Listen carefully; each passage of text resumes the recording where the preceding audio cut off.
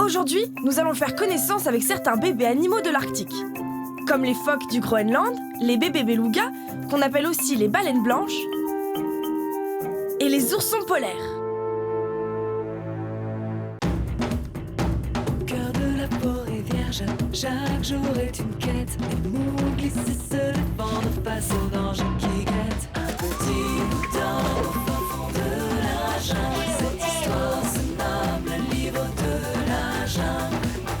Avec tous ses amis, s'éveille à la vie. Cette histoire s'appelle le livre de la jungle. Rencontre éternelle, le livre de la jungle. Mowgli! Oh! Écoute, Mowgli, on te l'a répété 1000 fois, la jungle est très dangereuse. Tu ne devrais pas trop t'éloigner de nous. Mais qui peut m'attraper maintenant que je suis grand? Ha! Je suis plus rapide que n'importe qui. Vous avez vu comment je me balance de liane en liane? Mowgli, Shere Khan n'a qu'une envie, c'est de te dévorer. Et tu sais bien que le vieux tigre rôde dans le sous-bois. J'avais complètement oublié. Ah, protège-moi, Balou. Il faut que tu connaisses bien la jungle. Comme ça, tu pourras te camoufler, te cacher, fuir. Je vais te montrer. En te glissant sous les arbres couchés, en te faufilant dans les espaces étroits. Tu dois pouvoir t'adapter à ton environnement, comme les phoques le font dans l'Arctique. En mars, quand la glace autour du pôle Nord se met à fondre, des milliers de phoques du Groenland se retrouvent sur d'immenses glaciers. Ils viennent mettre leurs petits au monde. Il y a assez de place pour tout le monde, et la glace leur permet de se protéger un peu du grand froid. La maman phoque doit faire en sorte qu'un trou dans la glace reste ouvert, ce qui est assez difficile quand il fait si froid. Mais elle en a vraiment besoin pour s'occuper de ses petits, les nourrir, et aussi pour pouvoir respirer.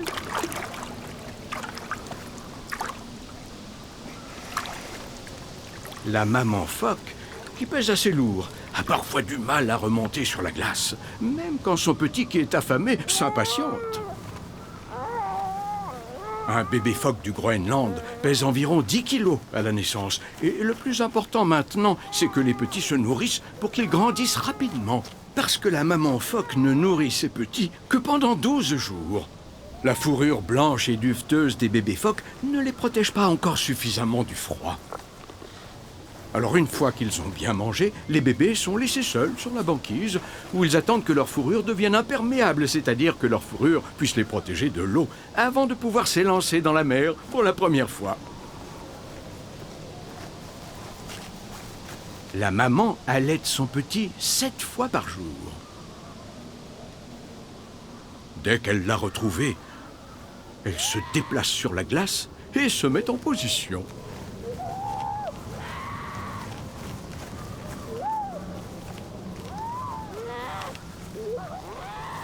Quand la mère est prête, le petit affamé peut commencer à téter.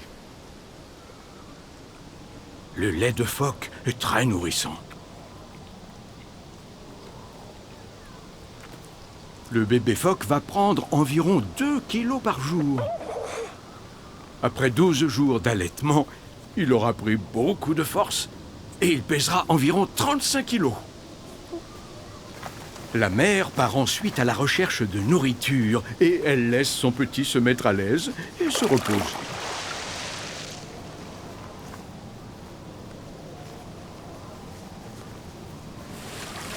Un mâle phoque s'approche aussitôt de la femelle. C'est bientôt la saison des amours. Il essaie de faire des bulles pour l'impressionner. Mais elle lève la tête avec indifférence.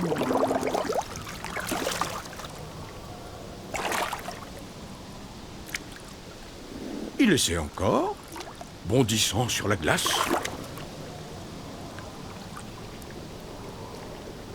Mais la femelle phoque n'est clairement pas intéressée. Alors il poursuit son chemin.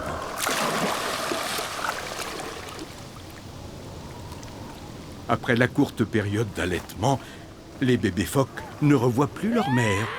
Mais bien nourris, camouflés par leur pelage clair et en compagnie d'autres bébés phoques, ils sont pour l'instant en sécurité sur la banquise de l'océan Arctique. Combien de temps encore vais-je devoir attendre avant de trouver ce satané Mowgli? Si mon nez ne me trompe pas, je sens le petit homme. J'aimerais te donner d'autres exemples d'animaux, mais j'ai vraiment trop peur que tu t'endormes. Non, t'inquiète pas. Il y a tellement d'animaux différents. Comme les animaux qui vivent tout au fond de la mer. Par exemple, les baleines, qui peuvent plonger très profondément. Le sais-tu? Les phoques peuvent plonger jusqu'à 500 mètres de profondeur et rester une demi-heure sous l'eau. Tu sais, Mowgli, j'aimerais bien pouvoir plonger aussi profondément et retenir mon souffle aussi longtemps. Parfait. Le petit homme dort, et cet imbécile d'ours ne le surveille même pas.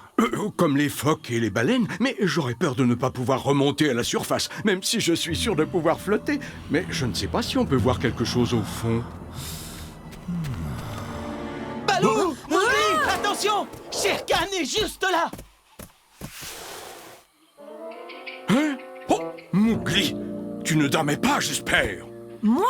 Dormir? Pendant une de tes histoires, Balou? Balou, mais tu devais... Bagheera, ce n'est pas le moment de m'interrompre. Tu sais très bien que je voulais parler à Mowgli des belugas. Mais Shere Khan est ici! Quoi? Shere Khan? Ciao, Tagoniu, ciao, Wadiego. Shere Khan? Bagheera, attention si tu te moques de moi. Mais il était là! Nous devons surveiller Mowgli de très près! Comme les belugas font avec leurs petits. Les belugas, qu'on appelle aussi baleines blanches à cause de leur couleur, peuvent atteindre 6 mètres de longueur et peser jusqu'à 1 tonne, ce qui est presque aussi lourd qu'une voiture. Ils aiment nager dans les eaux peu profondes des côtes de l'Arctique pendant l'été et élever leurs petits dans les estuaires des grandes rivières.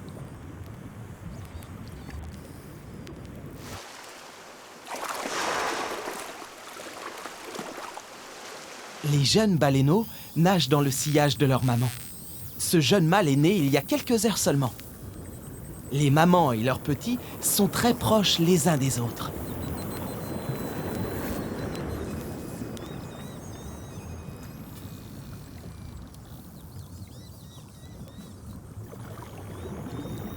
La maman s'occupe non seulement de son plus jeune enfant, mais aussi d'un ou deux baleineaux plus âgés.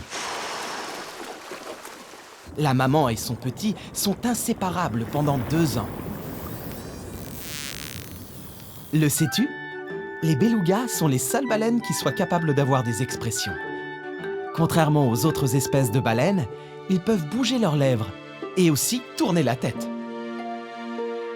Ou alors, tu sais, on peut aussi faire comme les ours polaires. La maman des oursons reste à côté de tout le temps pour les surveiller. Juste après leur naissance, les jeunes oursons sont très vifs.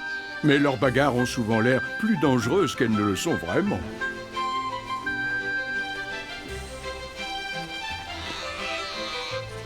Mais la maman doit tout de même surveiller ses petits de très près. Alors que l'un des petits essaie de venir à bout d'un buisson, l'autre essaie de s'aventurer dans une petite grotte. Mais il n'a pas plus de succès que son frère. Les deux oursons ne sont pas encore très adroits. La maman ne s'intéresse pas vraiment à ce que font ses petits. Elle est bien trop fatiguée parce qu'elle n'a rien mangé depuis 5 mois. Les oursons explorateurs ont trouvé une grotte de glace. C'est un endroit dangereux pour les jeunes oursons et l'un d'eux tombe dans le trou.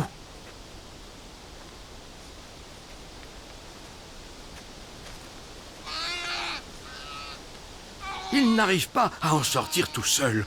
Son frère essaie de toutes ses forces de lui venir en aide.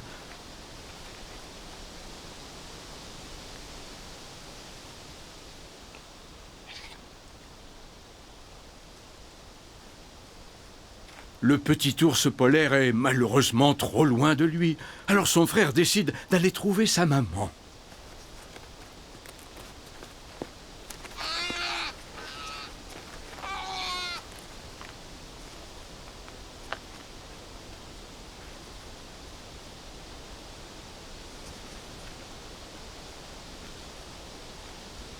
Il fait de son mieux pour lui expliquer la situation. Alors la maman ours part en mission pour libérer son jeune ourson.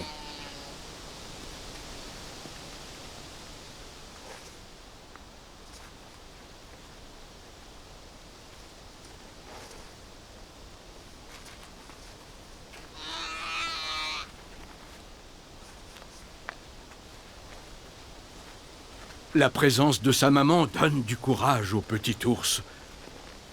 Il rassemble toutes ses forces et arrive enfin à se dégager.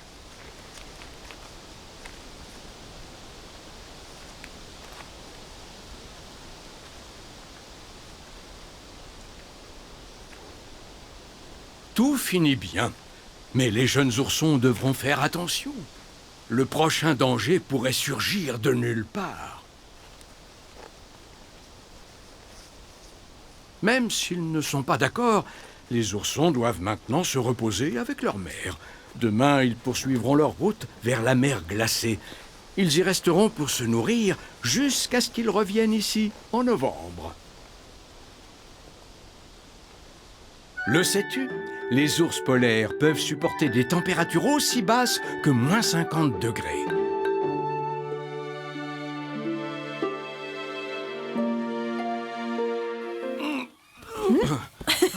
Balou, qu'est-ce que tu fais? C'est assez pour aujourd'hui. Quelle journée stressante. Nous méritons bien une petite gymnastique relaxante. Oh, Balou!